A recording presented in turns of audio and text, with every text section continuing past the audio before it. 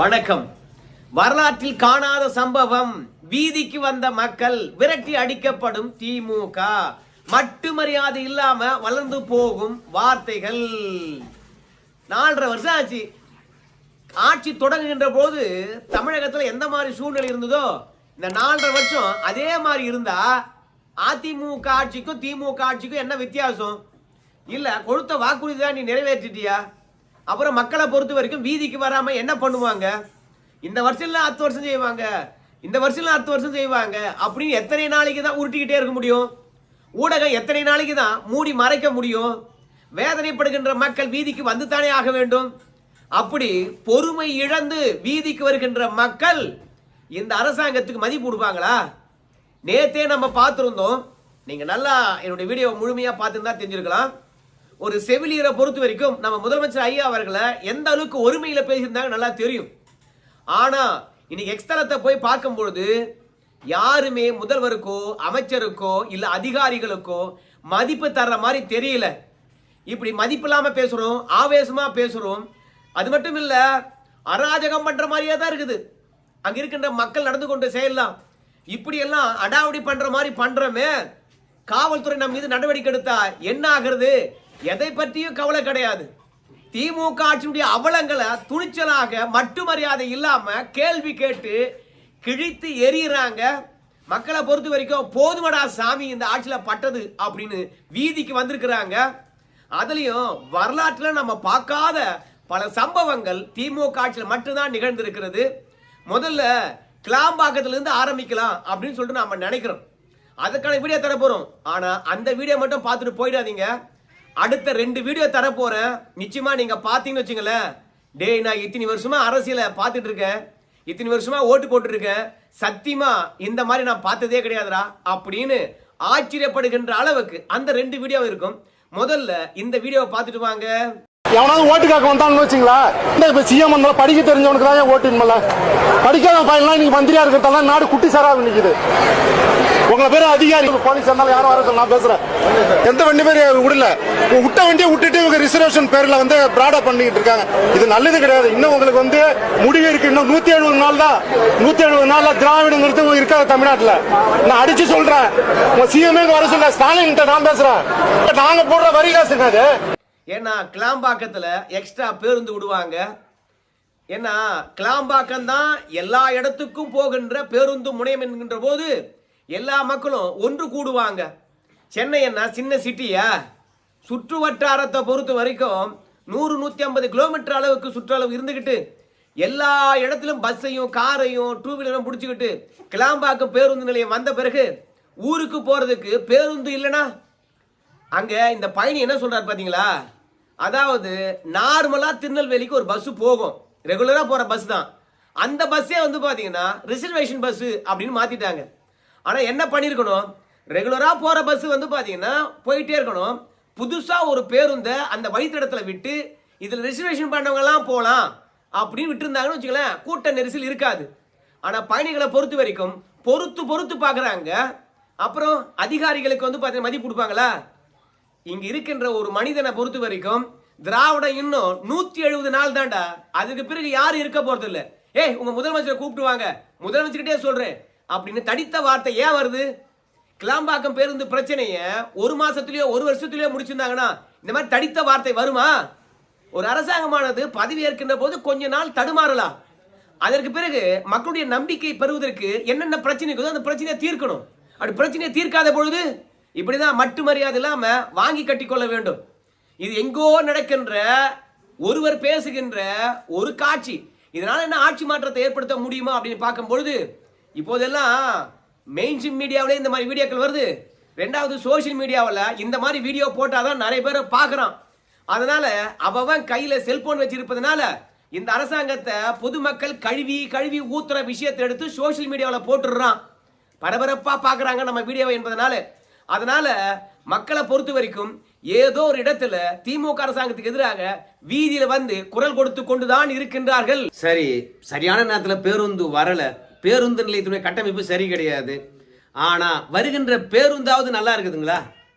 November மாதம் மட்டும் 2 பெரிய பேருந்து விபத்துகள் நடந்தது.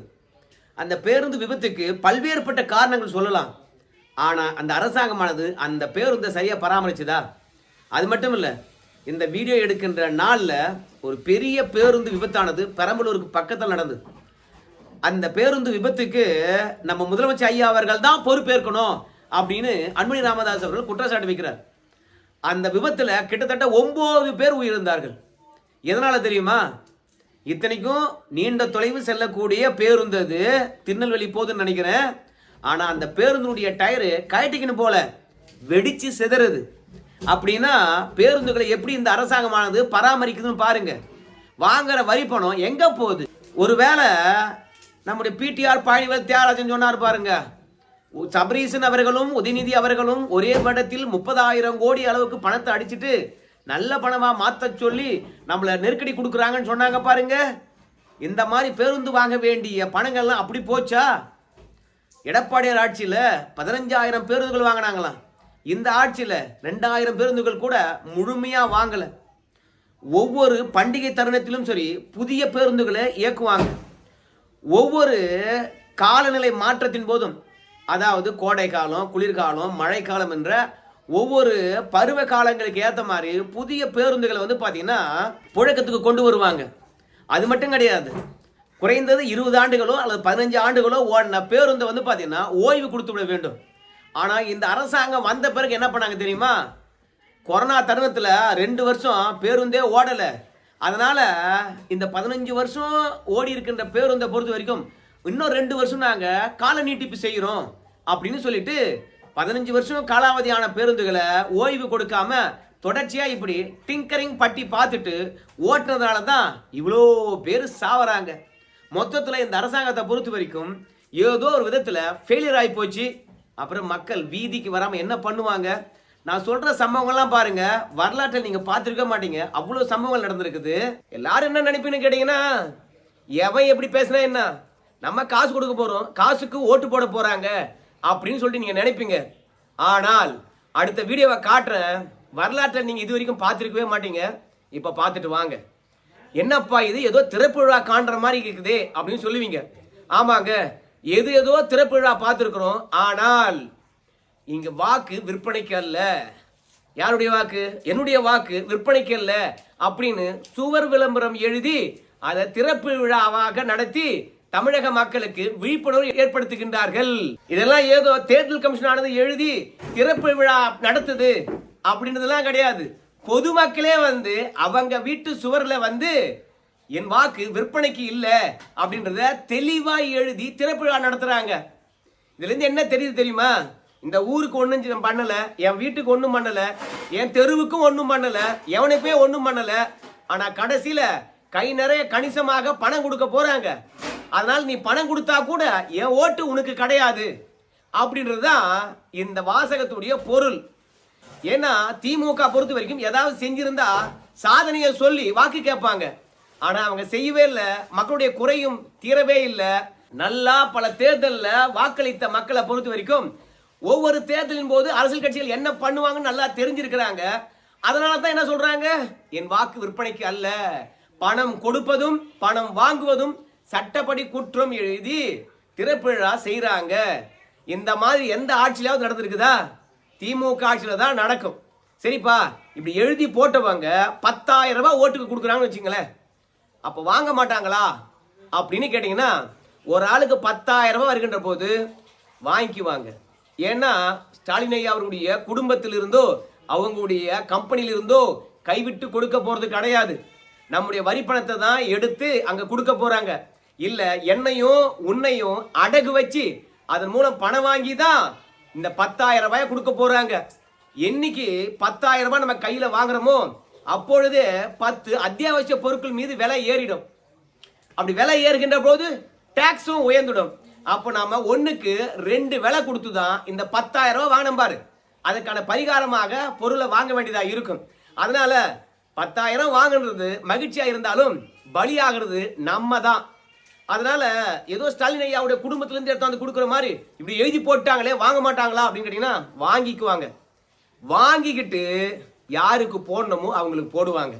அதனுடைய வெளிப்பாடு தான் என்னுடைய வாக்கு விற்பனைக்கல்ல, நீ எவ்வளவு கோடி வேணாலும் கொடு வாங்கிக்குவேன்.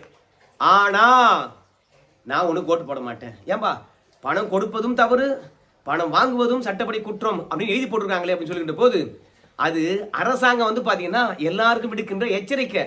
ஆனால் சட்டத்தை எவன் கடைபிடிக்கிறான்? சட்டத்தை கடைபிடிச்சிருந்தா ஆட்சிக்கு வந்தவன் ஊழல் பண்ணாம ஒழுங்கா வேலையை பார்த்துருப்பான் ஊருக்கு. அவன் சட்டத்தை மதிக்க மாட்டான், அவன் சட்டத்துக்கு பயப்பட மாட்டான். ஆனா எழுதி போட்டு திரைப்படா நடத்தின பிறகு நான் மட்டும் அந்த சட்டத்தை மதிக்கணுமா என்ன? அதர்மத்தை அதர்மத்தால தான் அழிக்க முடியும், முல்லை முள்ளால தான் எடுக்க முடியும். மகாபாரதத்துல அப்படிதான் சொல்லி இருக்கிறாங்க. அதனாலதான் மக்களை பொறுத்த வரைக்கும் அழகா சிவத்துல எழுதி திறந்து வச்சுட்டு ஸ்டாலின் ஐயா கொடுக்க போற காசு வாங்கிக்கின்னு அவங்களுக்கு ரிவிட் அடிக்க போறாங்க. ஏன் அப்படி நம்பிக்கை துரோகம் பண்ணலாமா அப்படின்னு சொல்லிட்டு கேட்பீங்க. அதெல்லாம் ஒரு புறம் இருக்கட்டும், நான் ஒரு வீடியோ தரேன், அந்த வீடியோவை பாருங்க. இதற்கு பிறகு திமுக ஓட்டு போடணுமா அப்படின்ற விஷயம் நீங்களே முடிவு பண்ணிக்கங்க. ஏன்னா இந்திய வரலாறு இல்ல, உலக வரலாறுலயே வந்து பாத்தீங்கன்னா இந்த மாதிரி நிகழ்வு எங்குமே நடக்கல. ஸ்டான்லி ஹாஸ்பிட்டல் எவ்வளவு பெரிய ஹாஸ்பிட்டல், அதுலயும் எவ்வளவு பேர் வராங்க ஒரு நாளைக்கு. அந்த ஹாஸ்பிட்டல் வளாகத்துல கஞ்சா செடி வளர்ந்துருக்குது. எத்தனை அடி? 3 அடி. தமிழகத்துல போதை புழக்கமானது எக்கச்சக்கமா இருக்கிறது. போதை பொருளானது தங்கு தடையின்றி கிடைக்கிறது.